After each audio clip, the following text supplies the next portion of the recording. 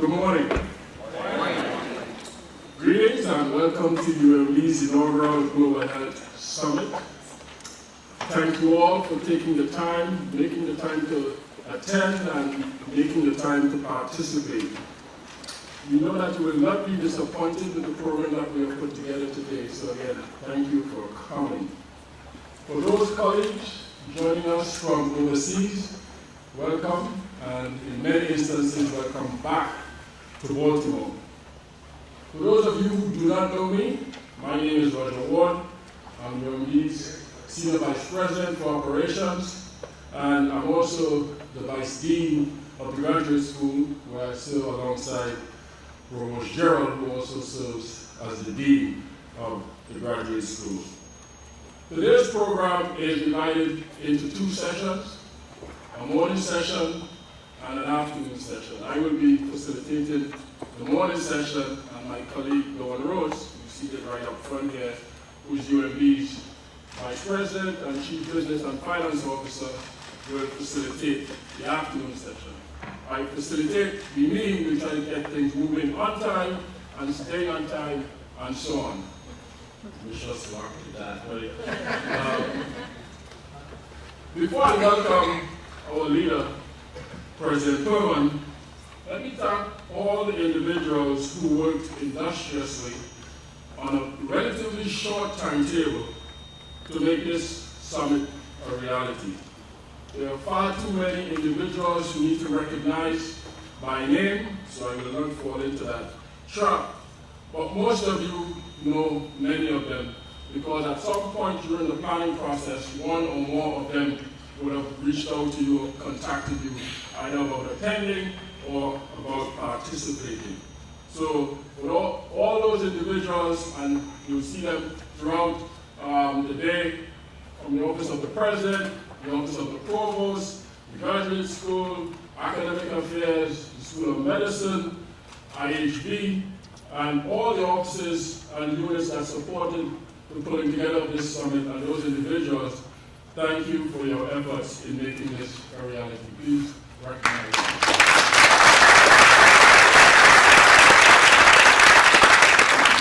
It is now my pleasure to welcome, notice I say welcome, not introduce, because one of the reasons I love to welcome / introduce Dr. Perman is because it's the easiest job you could have, because he really needs no introduction.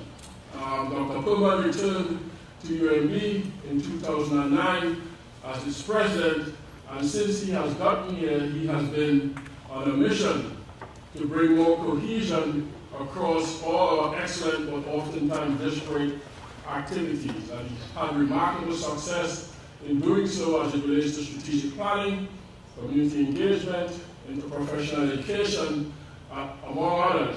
And now he has focused his effort on global health.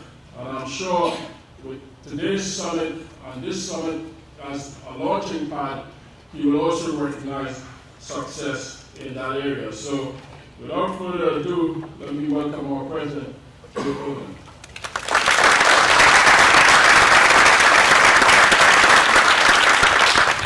Good morning, everyone. It's a great privilege to welcome each and every one of you to UMB's, and hear the word, inaugural Global Health Summit. This is not a one-off thing. For myself, I have to say that it's both gratifying and humbling to be standing here in front of several hundred people from 9 different countries, if we counted right. And importantly, all of us part of one big UMB family. All of us working to advance health and well-being and justice on a global scale. When I think of our core purpose, our mission, which is to improve the human condition, to serve the public good, I really must think of all of you in this room today, and I think how powerful our influence is and our impact is worldwide. I don't think this is hyperbole. There aren't many institutions that can claim our stature in global health. And certainly, there are none that can claim our people, their quality. And for that, I thank you. I stood here a few weeks ago, as some of you remember, at this very podium, and gave my State of the University address.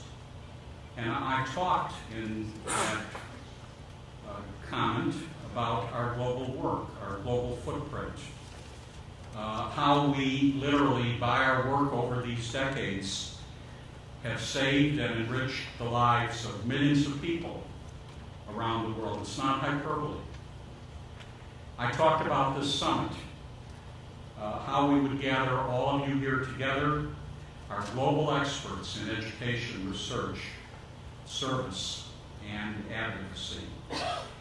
And I acknowledged a few weeks ago that this summit is long overdue, that for too many years we've engaged, and this is what I said, in random acts of internationalization. We didn't somehow see it all together and leverage it all. So it's time to do more, to figure out how, for the service of mankind, we can capitalize on each other's expertise, how we can better collaborate with one another, learn from one another, leverage, yes, the economies of scale we can achieve, and share the systems and the practices and the protocols that have proved most effective. Because if I am not hyperbolic and we are this powerfully a force for good on our own, and I mean in our own schools and centers and divisions and programs where there are rich stories of success, can you imagine how much we could achieve more together? And that's what excites me, because you know it's easy to pinpoint exactly when UMB rose to prominence in global health.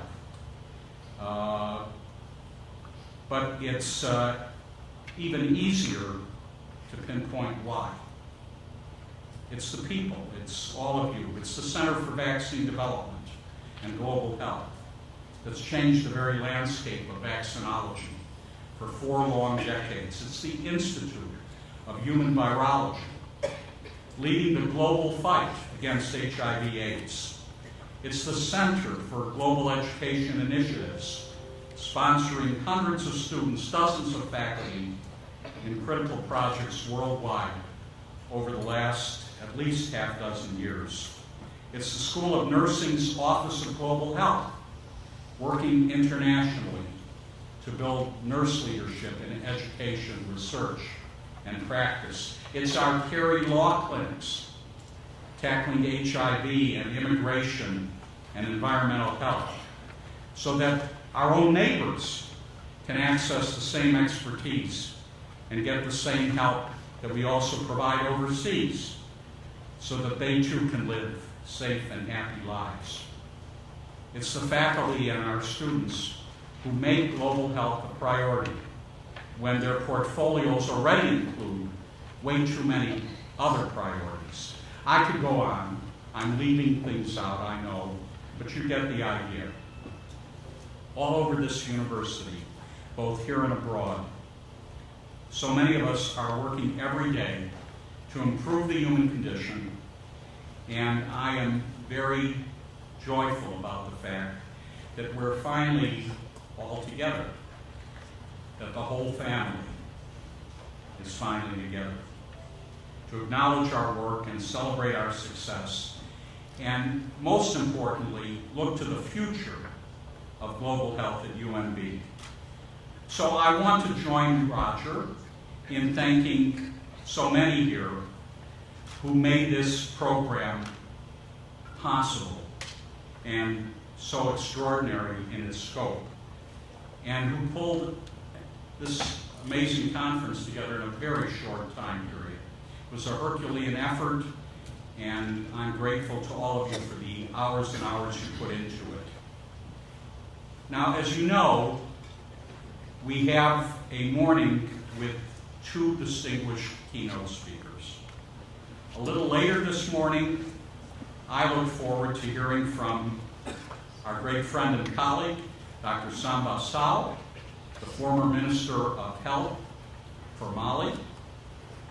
But right now, it's my distinct privilege to introduce our first keynote speaker. Last year, Dr. Jody Olsen was sworn in as the 20th Director of the Peace Corps, the country's preeminent international service agency. Since the Peace Corps founding in 1961, more than 230,000 Americans have served the Peace Corps, working in 141 countries worldwide. Dr. Olsen's leadership of the Peace Corps caps a lifetime of service to the organization. She previously served as its acting director, deputy director, chief of staff, regional director, country director. Now, fortunately for us, this lifetime of service came with a few breaks, and Dr. Olsen spent one of them some years right here at UMB. She is one of our own. She came to this university as a visiting professor in the School of Social Work, and she very quickly sought out those on campus who were engaged in global projects. She joined the Global Health Interprofessional Council, which we set up as a platform that allowed faculty interested in global education to share ideas, to collaborate, and to support students who want to engage in global learning. She went on to lead that group of faculty and help grow the council into what it is today, our Center for Global Education Initiatives. And our institution, yes, is now a leader in interprofessional global health education, in global local programming, and in making global health curricula accessible to students and professionals wanting deeper engagement with projects and populations around the world. Jody Olsen, in so many ways, has been my teacher. And we just wouldn't be where we are without her. We wouldn't all be together this morning, celebrating our success, striving to do even more. So we're deeply grateful that Dr. Olsen has come back to one of her many homes around the globe, if only for a day. Please help me welcome Dr. Jody Olsen.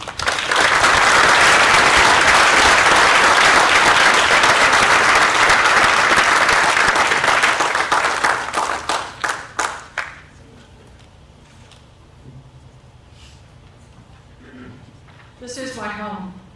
There aren't other homes. As I begin, I'm overwhelmed with the generosity of everyone and the number of mentors who have mentored me the 8 years that I was here. Now, you might have thought that I was helping you all out, but what you don't really know is that you all were helping me. And I have to note Mark Reynolds here because he was my dentist before he was dean. And so he mentored me through a new tooth. And I've had many, many other mentors here, Rick, the dean of the School of Social Work, and others whom I'll mention. But as President Furman said, why you all are here, and again I'll say it more formally, but why you all are here and why I know that this is a leader, is you're all friends with each other. Think of the number of universities where people stay in their silos. That I'm hugging people from all 7 schools. How many universities can do that? There's a specialness here about people and about sharing. That is what makes us great. With that, I'm not sure I even have to give my remarks because that's the summary that you all are terrific. But let me go ahead. And as I go ahead, just know I'm so happy to be here. I'm so happy to be back and to see everyone continuing this great work in global health. I am so proud to see UMB as an international leader in global health research, public health, clinical and educational efforts, as is being presented and shared today. UMB is an international leader in global health research. I mean, I know it because working from the Peace Corps side now, I appreciate, I hear, I know, I see what UMB is doing. You are a global leader in research through 2 internationally recognized departments, both of whom are here today. The renowned Center for Vaccine Development and Global Health and the Institute for Human Virology, both in the School of Medicine. But as I say, even in the School of Medicine, you stretch across the university, and that's the key. You stretch across the university. UMB is also a national leader in global health education through several unique programs that have been meticulously developed and strengthened these past 10 years. And Virginia and Bonnie have really led that effort. In being here, each of you demonstrate global health leadership in multiple ways. UMB excels in advanced global health research and clinical studies, focusing on infectious diseases and vaccine development. UMB excels in interprofessional global student research and on-site study with faculty members who integrate the disciplines. I say it, but so few universities in this country do it. That's what makes us great. UMB excels in offering advanced degrees for partner health faculty and professionals throughout the world, particularly on the African continent, both on campus and through online, globally focused advanced clinical and research courses. I was happy enough to help work with a couple of those courses and actually taught one of the courses. And it was my great learning that clinical work can be taught online. And I want to thank you all who taught me how to do that because I now use it at Peace Corps. So I carry those skills forward. UMB excels in internationalizing the campus through the American Council of Education Internationalization Lab, that UMB is one of the awardees for this very prestigious project. UMB excels in bringing the leadership of all 7 schools together to strengthen an already strong international leadership team, all 7 schools together. Here are a few cross-campus examples. The government of Nigeria just released new data from the Nigeria HIV's Indicator and Impact Survey, one of the largest population-based HIV household surveys ever conducted in the world. Through the PEPFAR funding, the survey directly measured HIV prevalence and viral load suppression and showed that HIV prevalence in Nigeria is lower than previously thought. This largest completed and enormously complex nationwide survey, think of Nigeria.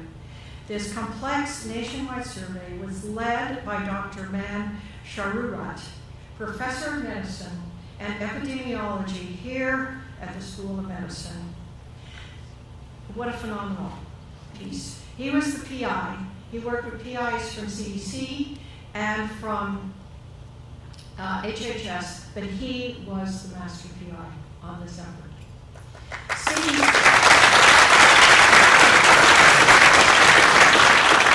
And I want to note that within the PEPFAR community, in the OGAC, the intergovernmental part of the PEPFAR community, great laudatory comments right there for that project. CBD has worked with partners in Mali to study the epidemiology of infectious diseases and their prevention through vaccination, and in Malawi to use clinical and laboratory research to develop and evaluate interventions to decrease the burden of malaria in sub-Saharan Africa.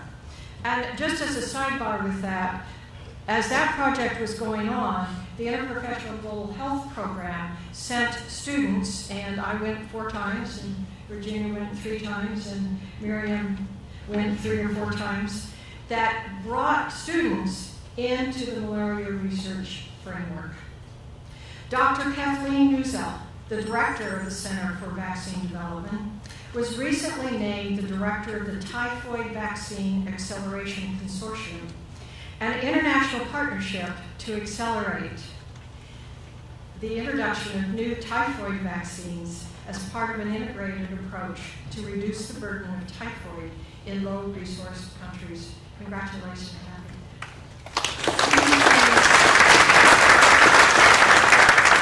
CVD's Mike Levine, working in conjunction with CDV Molly, conducted critical early clinical trials in healthcare workers to evaluate promising experimental Ebola vaccine. And I remember when that project was going on. Through CGEI and the ACE International Laboratory, workshops and faculty teaching fellowships are being offered campus-wide to help internationalize existing courses. We take the clinical courses and say, wait a minute, what's the global perspective? How is it seen in a cultural context that's different than here? This is critical work. Whoops, I meant to show some. Next, the Center for Global Education Initiative and the organizers of this conference offer interprofessional 2 to 4 week research-related global grant programs, and I referenced Malawi earlier, with a primary focus on integrating perspectives of students of medicine, nursing, pharmacy, dentistry, social work, law, and graduate school. And for example, the students and faculty collectively assess a health issue such as palliative care in Hong Kong, maternal mortality in Malawi, and intravenous drug use practices in Rwanda. And I want to do a shout out on this because of all of you representing the countries in which we work together. You're opening your spaces for students to come. Again, this is unusual. You've got the labs, you're doing the frontline research, and you say, bring the students. We want the students to see and feel this experience. Already you see the level of that collaboration. You can tell they're all having a good time in that photo. This is the kind of projects that they do. Another example, a significant number of peer-reviewed national presentations and publications on UMB International Global Health Research and Training demonstrate the quality and impact of UMB's work to national and international audiences. And as you see and go to the website, you'll see the long list of the publications and presentations. And what is exciting is that these presentations and these articles are written collaborative with our colleagues from all the countries as well as here in Baltimore. And it is so exciting to have us join together from different parts of the world to share these articles and these presentations, particularly at the CUGH conference that I attended many times. Just to do a little Peace Corps shout out here, a globally advertised Coverdell Peace Corps Fellows program in both nursing and social work brings to the campus about 15 returned Peace Corps volunteers each year as students to apply their global technical and cultural skills within the schools and in Baltimore City, in the Baltimore area. And I want to thank the School of Nursing because they're relatively new at this fellows program. And I really, now from the Peace Corps side, I'm so appreciative that we can offer graduate studies in nursing to return volunteers. These students and the faculties and communities they touch have vulnerable communities at their center, wherever the communities are, to strengthen an understanding that global health happens here in Baltimore, and that multi-directional learning is how the best ideas are shared around the world. This tracks the Peace Corps' third goal. The multi-year campus-wide emphasis on the global-local connections, see the title right here? It is about the global, local, global connections. It breaks down the traditionally siloed fields of global health and community public health. One recent activity was UMB's participating in a national Robert Wood Johnson Bringing Global Health Home roundtable. This is critical work. The lab, the center that we have here in Baltimore, linking with global faculty, all of you from around the world, we solve these community problems together. The online graduate courses through the graduate school brings local U.S. and internationally based students together and integrates the technical skill development with a carefully designed cultural and international lens. And I was excited to, as we were starting to put together a few of these courses, to look at working with students that were in the physician's assistance course with the staff and some of the faculty and students in the Abuja, Nigeria, to make sure that that coursework was integrated between physician's assistants here in the state of Maryland and the research center in Olsen, Nigeria. And it's an example of how we come together to make this work. We look across the culture for the medical knowledge and the health knowledge to come together. UMB's global leadership position doesn't just happen. It takes strong leadership. Now I'm going to embarrass Jay. President Jay Herman, from his first few months as UMB president 10 years ago, set globalization. See, I'm saying it. Now, he said it, but I can say it because I watched it. Set globalization as a university priority and committed time, resources, and I might say the bully pulpit, to nudge schools and faculty forward. He has included references to global health regularly in his State of the University presentations, which you just mentioned, his monthly campus updates, which I would eagerly watch and say, oh my heavens, there's another global health reference, in his Board of Regents presentations, and in school-specific, campus-specific, and national conference venues, most recently at the National NAFSA International Educators National Conference.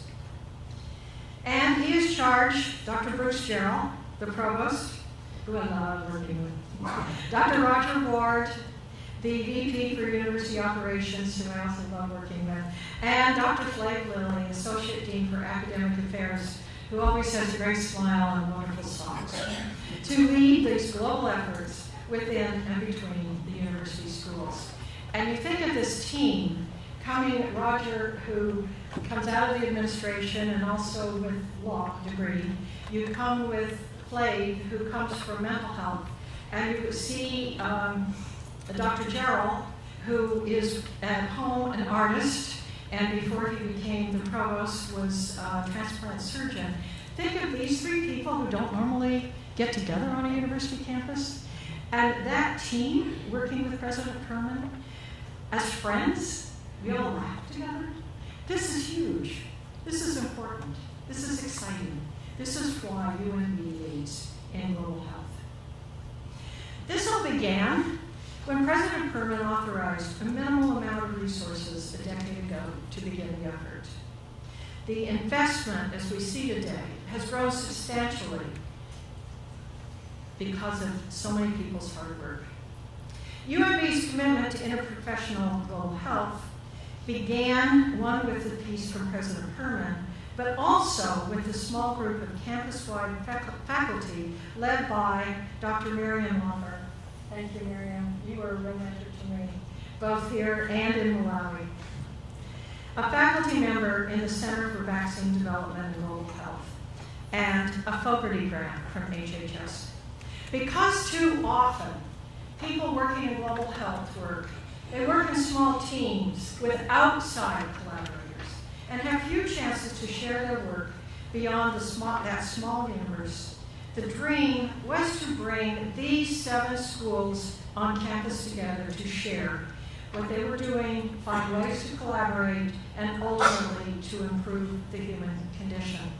And I remember as we get together in those early days, almost 10 years ago, and you would have nursing, and you would have law, and you would have pharmacy, and dentistry, and medicine, and social work, all talking to each other. all hearing others' perspectives. Astounding. Astounding. UMB's leadership saw that, in addition to being a global health research powerhouse through the School of Medicine, the university has a unique structure to lead in other ways. In interprofessional global health education, in global local programming, and in making global health education accessible through these online certificate programs in health. This is in part possible because of the unique 7-school university structure. And thank you to the deans, and the collaborative buy-in from the deans of each school. And I think sometimes we don't value the leadership of the deans.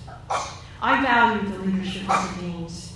And you committed resources, you committed time of your faculty, you committed your own time to make this interprofessional program work. You worked hard. You committed the time and the effort. When CGEI began, very few universities were talking about interprofessional global health, much less doing it. With the Fogarty International Center funding, and later with President Perman and the Dean's funding, the campus created the country's first interprofessional grant program that supports faculty who include students from more than one school in international projects, which is now a national model. I personally watched the social work dean, Rick Barth, who was a strong mentor to me, become a believer in global social work as a mechanism to frame social work here at home, as well as countries around the world, and encourage the interprofessional model as it supports better holistic health care in communities everywhere. And he just told me this morning that in addition to the long-standing project in India, the social work program is now introduced in Botswana, a program based on the work of the School of Medicine and the Botswana Research Project. But again, the collaboration here is incredible.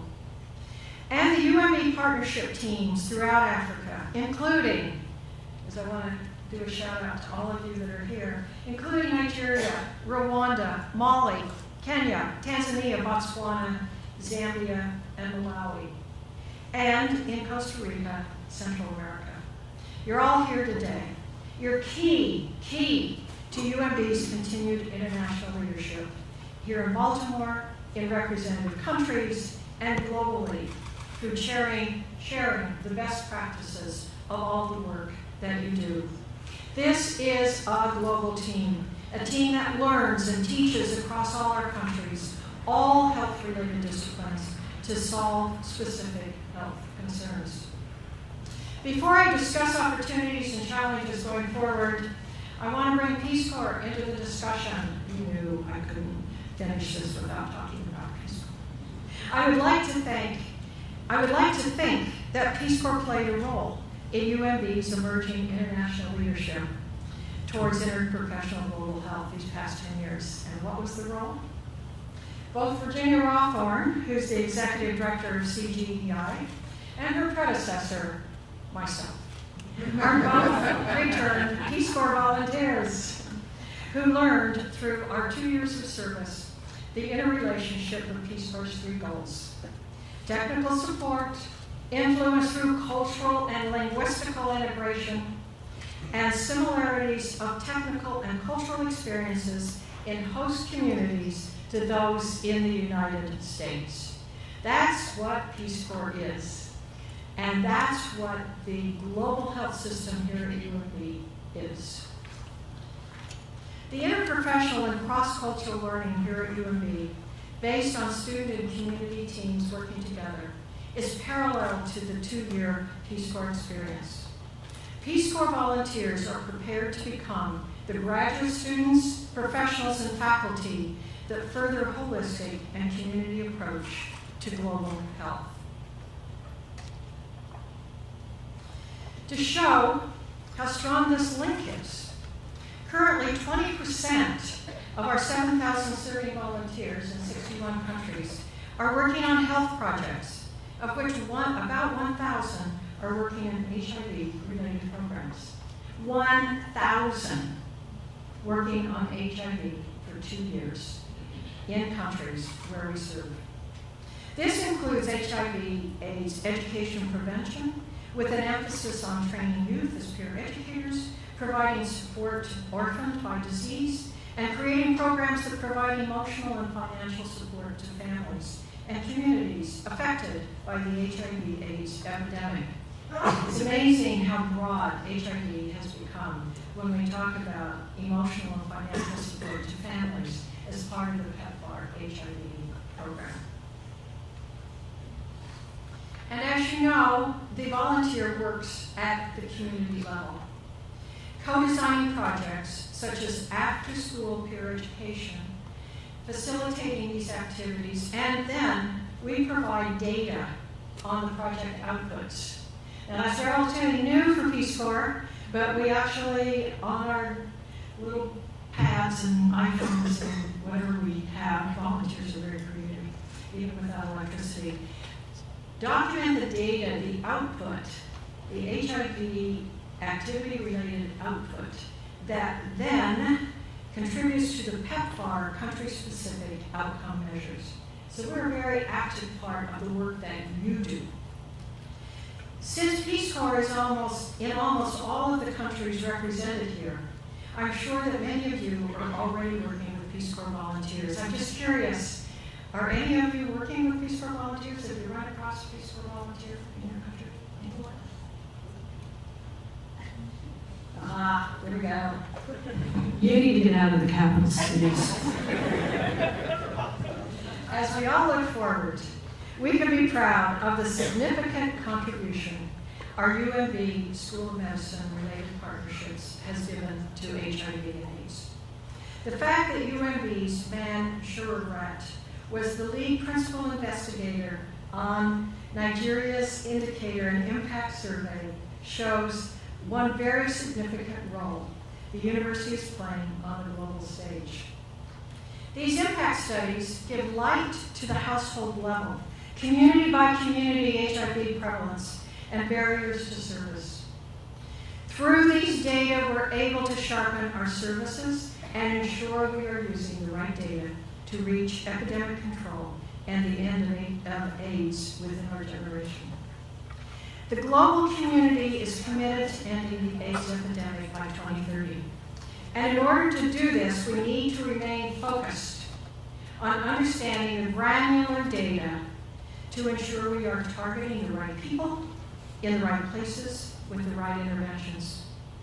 Through our interdisciplinary approach, we need to see our clients as more than just their diagnosis and understand we need to support their holistic needs to remove barriers and encourage access to health services. This is the important reason the UMB Global Health Model is at the forefront at building access to health care. It's the integrated approach. We often think about epidemic control as the three elements of the clinical cascade. Excuse me. Those who know their HIV status, those who know they are HIV positive and are accessing treatment, and those who are on treatment who achieved viral suppression. However, with such an increased access to care and treatment, the global community has begun to think through HIV as a chronic disease, and you're all very much aware of that shift. And as those living with HIV begin to age beyond 50 years of age, we have an opportunity to rethink about how we support this new aging population as this chronic illness becomes complicated by other chronic diseases with aging. Can our model of supporting holistic needs to remove barriers and encourage access to health services offer opportunities for research on lifetime care and chronic diseases of those with HIV and AIDS? A holistic approach towards understanding and supporting lifetime access to health care for those with HIV and AIDS is certainly further review. And those of you working in this field, think about the 7 schools, the holistic approach, the chronic nature as those with HIV are moving into older parts of life. We have that integrated opportunity that so many other universities don't have for research in this area. Finally, UMB has an opportunity to further its reputation as an internationally recognized global health university. What is the challenge towards making this happen? I know that you are going to frame challenges towards this goal a little later today. However, as I close my remarks, I want to offer one of my own to you. UMB has been working to improve the human condition for years. What does this look like when you all work together as a team across schools, across countries? I challenge you to find out the impact this university can have when your agendas are aligned. Put social work and medicine together. When faculty from different schools reach out to each other and say, hey, what about this approach? When faculty in Baltimore reach out to faculty overseas and say, can you help me with an issue I've been having in Baltimore? There's the global local link. And we should be able to do that comfortably. When UMB students naturally reach out to their peers in other professions and in other countries and say, hey, let's solve this together. As I've illustrated, that day is close and right at your fingertips. It will serve as a model for universities around the country and the world. You have the will, the structure, and you have the commitment as we see today. You can make this happen. Thank you. What a joy to be here. You're all a fabulous family. Thanks.